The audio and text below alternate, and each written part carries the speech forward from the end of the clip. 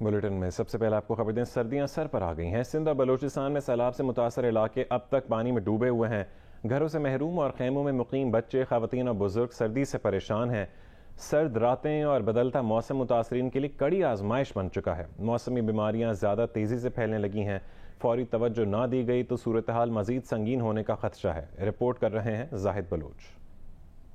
سندھ بلوچستان کے سیلاب متاثرہ علاقوں نصیر آباد، جعفر آباد اور صوبت پور میں اب بھی لاکھوں سیلاب زدگان بے گھر ہیں۔ گاؤں کے گاؤں اور خاندان کے خاندان خیموں میں پناہ لیے ہوئے ہیں۔ 2 سے 3 ماہ تک ہر پریشانی کو برداشت کرنے والے بچے، خواتین اور بزرگ متاثرین کی برداشت اب جواب دے گئی ہے۔ جہاں پہلے شدید گرمیوں کا سامنا تھا، اب وہاں درجہ حرارت تیزی سے گر رہا ہے۔ راتیں ٹھنڈی اور صبح سویرے سردی محسوس ہوتی ہے۔ ایسے میں کمبل، رضائیاں، گرم کپڑے متاثرین کی شدید ضرورت ہے۔ کوئی چیز نہیں ہے، ایسے تمبو میں پڑے ہوئے ہیں، گرم تمبو نہیں ہے، نہ بسترے ہیں، نہ چارپائی ہے، نہ مچھردانی ہے، کوئی انسانیت نہیں ہے۔ سردیوں میں ہم لوگ یہاں پڑے ہوئے ہیں، کوئی چیز بھی نہیں ہے۔ ہر چیز ڈوب گیا، ادھر سکندر سنگھ پر، محبت شاہ پر کچھ بھی ہمارے ساتھ نہیں ہے۔ بچے لے کے وہاں بیٹھے ہیں۔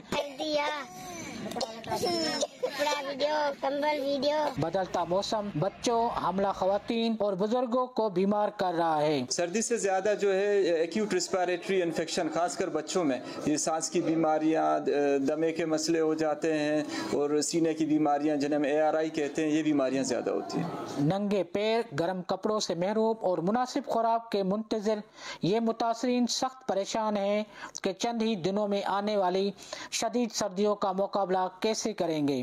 امدادی سرگرمیوں کے لیے حکومت، ضلعی انتظامیہ اور مخیر افراد کو مسلسل اپنا کام کرنا ہوگا اور متاثرین کی مدد کے لیے آگے آنا ہوگا۔ کیمرہ مین عاصم علی کے ساتھ زاہد بلوچ، جیو نیوز، نصیر آباد۔ ضلع دادو میں سیلاب اور نامناسب انتظامات کے باعث اب حاملہ خواتین بھی طبی مسائل کا شکار ہو رہی ہیں۔ علاقے میں ملیریا اور دیگر امراض خواتین کے کیسز کو مزید خراب کر رہے ہیں۔ مزید تفصیل بتائیں گے جیو نیوز کے نمائندے ریاض ناریجو۔ میں بھی تحصیل دادو کے سیلاب متاثرہ گاؤں جھارو خان معاشی میں موجود ہوں۔ ضلع بھر کی ہم بات کریں تو سیلاب متاثرہ حاملہ خواتین انتہائی سنگین طبی مسائل سے دوچار ہو رہی ہیں، اور نامناسب خوراک اس کی اہم وجہ ہے۔ اب یہاں پہ سروے کیا، اس میں انکشاف ہوا ہے کہ ان کی کمزوری کی جو شدت ہے وہ انتہائی سیریس ہے۔ یہاں پہ جو پریگننٹ لیڈیز ہیں ان کی ہم نے ایک ٹیسٹ کیا ہے، جس کی وجہ سے ہمیں معلوم ہوا ہے کہ یہاں پہ ملیریا نے بہت زیادہ اٹیک کیا ہے۔ وہ حاملہ خواتین ہیں، ان کے بچے جو ہے اگر بہت زیادہ کمزور پیدا ہو سکتے ہیں اور ایب نارمل بھی ہو سکتے ہیں ان کے بچے، اور ان کو ہم لوگ جو ہے کوشش کر رہے ہیں کہ ان کو ہم ریفر کریں PPHI کے سینٹر پہ۔ اس علاقے کے ساتھ جو بیشتر علاقے ہیں وہاں پہ بھی یہی صورتحال ہے۔ پریدن میں موسم تبدیل ہونے کی دستک نے سیلاب متاثرین کی مشکلات میں مزید اضافہ کر دیا ہے۔ متاثرین نے اپنی مددات کے تحت بچوں کو ٹھنڈ سے بچانے کے لیے کپاس کے بوٹے کی لکڑیوں سے گھر بنا لیے ہیں۔ تفصیل بتائیں گے غلام حیدر آکاش۔ سیلاب تو گزر گیا، اب متاثرین کی بڑی تعداد ہے جو اپنے گھروں کو لوٹ رہی ہے اور اپنی مدد آپ کے کچے پکے مکانات کی تعمیر شروع کر دی ہے۔ تاہم میں پٹیدن کے نوائی علاقے موجود ہوں جہاں پہ ایک ایسے متاثر کا گھر ہے جس کو کچے گھر مکان بنانے کی بھی سکت نہیں ہے۔ اس نے کاٹن کی بوٹے کی لکڑیوں سے اب اس گھر کو تعمیر کیا ہے۔ چھوٹے چھوٹے بچے ہمارے سردی میں رات کو تڑپتے ہیں، ہم کیا کریں؟ غریب آدمی، ہمارے پاس مزدوری بھی نہیں ہے اور ہم نہیں بنا سکتے۔ غریب آدمی بہت رات کو ٹھنڈ لگتی ہے، ہمیں کو گرم کپڑے چاہیے۔ رات کو سردی لگتی ہے، میرے پاس کمبل بھی نہیں ہے، گرم کپڑے بھی نہیں ہے، سارے رات سردی میں تڑپتے رہتے ہیں۔ اس کا کہنا ہے کہ حکومت کی طرف سے کوئی امداد نہیں ملی جس کی وجہ سے وہ اپنا گھر بنا سکے۔ بچوں کو سردی سے بچانے کے لیے اس نے لکڑیوں کی جھوپڑی بنائی ہے تاکہ بچوں کو سردی سے بچا سکے۔ گلگت بلتستان اور آزاد کشمیر کے مختلف علاقوں میں بارش اور برف باری کا سلسلہ شروع ہو گیا ہے۔ وادی نیلم اور وادی گریز میں موسم سرما کی پہلی برف باری کا آغاز ہو گیا ہے۔ آزاد کشمیر کے مختلف علاقوں بھمبر، میرپور، ڈڈیال، چکسواری، جاتلا اور منگلہ میں بارش سے موسم مزید سرد ہو گیا۔ استور، غزر اور دیامر کے پہاڑوں، بابو سر ٹاپ، ناگا پربت کے پہاڑوں پر بھی برف باری ہو رہی ہے۔ چلاس شہر میں ہونے والی بارش سے خشک موسم میں کمی آ گئی ہے۔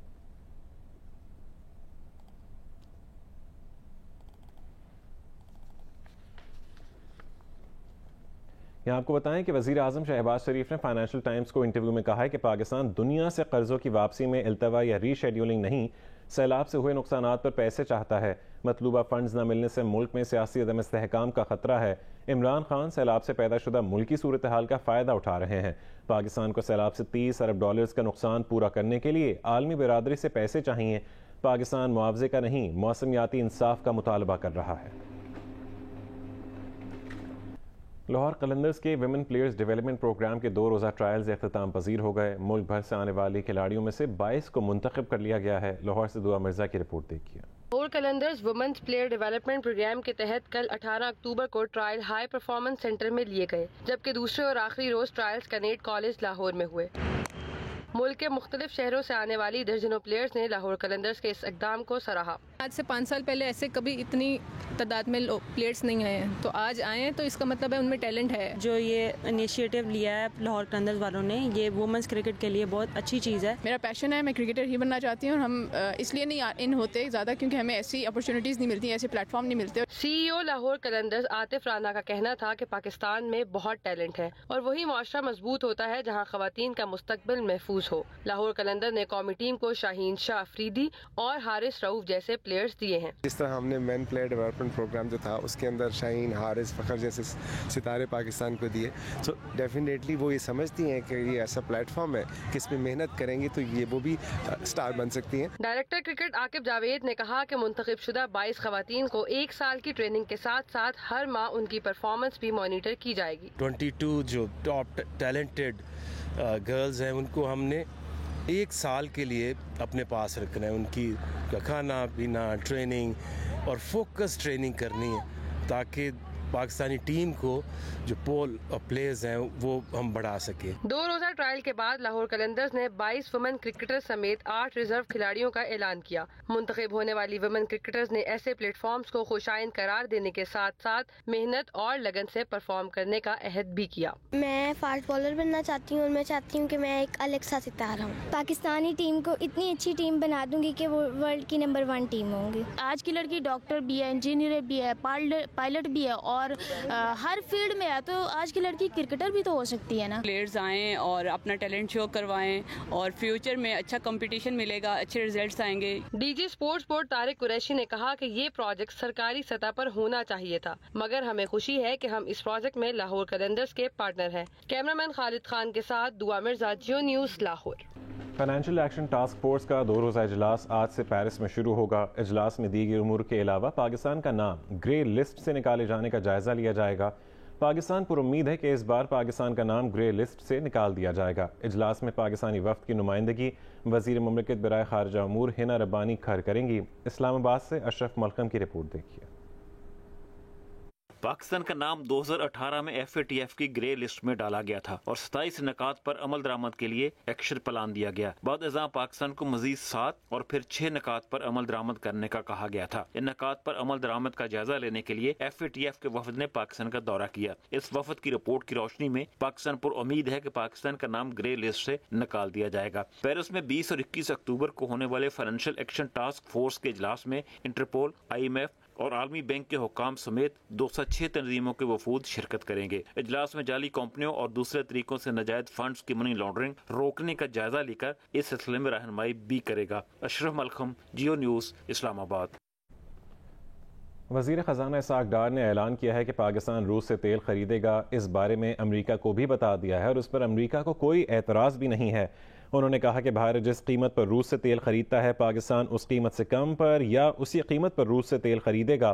وزیر خزانہ نے کہا کہ FATF کی گرے لسٹ سے نکلنے سے متعلق اچھی خبر جمعے تک آ جائے گی۔ آگے بڑھیں، آپ کو خبر دیں کراچی کے علاقے لیاقت آباد ٹاؤن میں پولیس اور رینجرز کے مشترکہ آپریشن میں ایک ملزم کو گرفتار کر لیا گیا ہے۔ ترجمان رینجرز کے مطابق گرفتار ملزم بھتہ خوری، قتل، اقدام قتل اور دہشت گردی میں ملوث ہے۔ گرفتار ملزم کی شناخت وسیم جاوید عرف وسیم ٹنڈا کے نام سے ہوئی ہے۔ گرفتار ملزم کے قبضے سے اسلحہ اور گولیاں برآمد ہوئی ہیں۔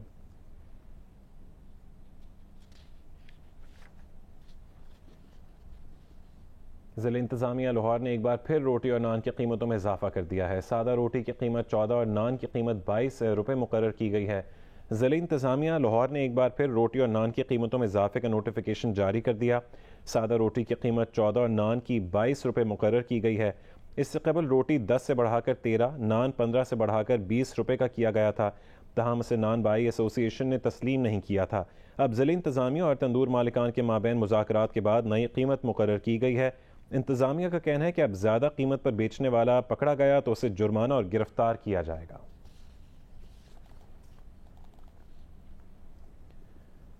بھاولپور میں سبزیاں بھی عام آدمی کی پہنچ سے دور ہو گئیں۔ ٹرین سروس بحال ہو چکی۔ حکومت نے پیٹرول کی قیمت میں بھی 12.5 روپے کمی کر دی ہے، مگر سبزیوں کی قیمتوں میں کمی کی بجائے اضافہ ہو گیا ہے۔ مزید تفصیل بتائیں گے جیو نیوز کے نمائندے امین عباسی۔ جی، ملک بھر کی طرح بھاولپور میں بھی مہنگائی کا طوفان تھم نہ سکا۔ سیلاب گزر گیا، بارشیں ختم ہو گئیں، ٹرینیں چل پڑی۔ حکومت نے پیٹرول کی قیمت میں بھی 12.5 روپے سے زیادہ کمی کر دی۔ اس کے باوجود اشیاء خوردنوش کی قیمتوں میں ذرا بھی کمی نہیں ہوئی۔ سبزیاں عام آدمی کی پہنچ سے دور ہو گئی ہیں۔ ٹماٹر 250 روپے کلو فروخت ہو رہا ہے، پیاز 150 روپے کلو فروخت ہو رہا ہے، مٹر وہ 600 روپے کلو ہے، بینگن 180 روپے ہے۔ شہریوں کا حکومت پنجاب سے اور مقامی انتظامیہ سے مطالبہ ہے کہ وہ دفتروں میں بیٹھنے کی بجائے اپنے پرائس کنٹرول مجسٹریٹوں کو مارکیٹس میں بھیجیں تاکہ وہ موقع پر جا کر منڈی میں بولی کی بھی نگرانی کریں تاکہ قیمتیں جو ہے وہ کم کی جا سکیں۔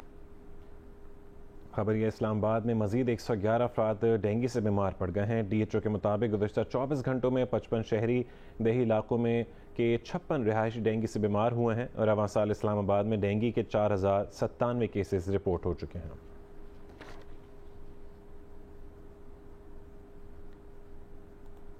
ملتان میں صفائی کے نظام کو بہتر کرنے اور سرکاری گاڑیوں سے ڈیزل کی چوری کی روک تھام کے لیے کچرا اٹھانے والی گاڑیوں میں ٹریکر سسٹم نصب کر دیا گیا ہے۔ تفصیلات بتائیں گے جیو نیوز کے نمائندے عمران چودھری۔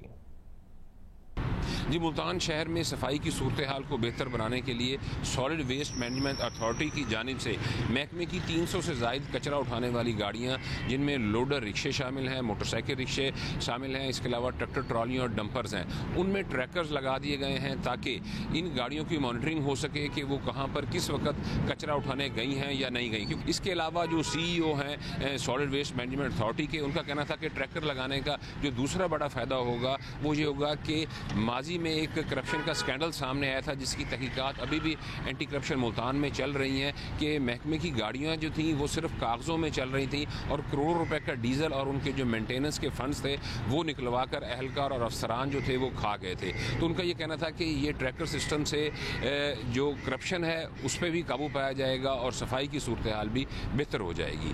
جی، جماعت اسلامی کے فلاحی ادارے الخدمت کے پروگرام بنو قابل میگا پروجیکٹ کے تحت نوجوانوں کے ٹیسٹ لیے گئے۔ اس موقع پر حافظ نعیم الرحمان کا کہنا تھا کہ عوام چاہتے ہیں جماعت اسلامی شہر کی باغ ڈور سنبھالے، لیکن جب بھی بلدیاتی انتخابات قریب آتے ہیں یہ لوگ اسے ملتوی کر دیتے ہیں۔ ان کی جماعت ان کا تعاقب کرے گی، ہم ہر صورت انتخابات کروائیں گے۔ الخدمت نے پڑھے لکھے نوجوانوں کو web development, web designing, Amazon اور آئی ٹی کے دیگر کورسز کرانے کے لیے بنو قابل میگا پروجیکٹ کے تحت کراچی میں ٹیسٹ لیے۔ ٹیسٹ میں ہزاروں طالب علموں نے شرکت کی۔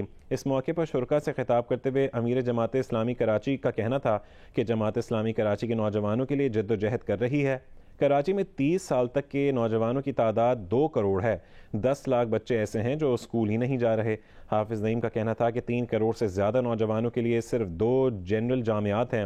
ان کا یہ بھی کہنا تھا کہ عوام چاہتے ہیں جماعت اسلامی شہر کی باغ ڈور سنبھالے، لیکن جب بھی بلدیاتی انتخابات قریب آتے ہیں انتخابات کو ملتوی کروا دیا جاتا ہے۔ شام کی شفٹ میں بھی اور صبح کی شفٹ میں بھی آئی ٹی کے پروگرام شروع کریں گے، ان کے کورسز شروع کریں گے۔ اب شہر کے بچے ایسے ادھر ادھر نہیں جائیں گے، مافیاز کے ہتھے نہیں لگیں گے، اب یہ پڑھیں گے انشاءاللہ تعالی۔ اور مجھے یقین ہے کہ جو الخدمت نے بنو قابل اسکالرشپ پروگرام شروع کیا ہے، یہ پروگرام آپ کے کورسز کا پروگرام بھی ہے، آپ کی گریجویشن کا پروگرام بھی ہے، اور پھر اس کے ساتھ ساتھ یہ جابز کی جو اپرچونٹیز ہیں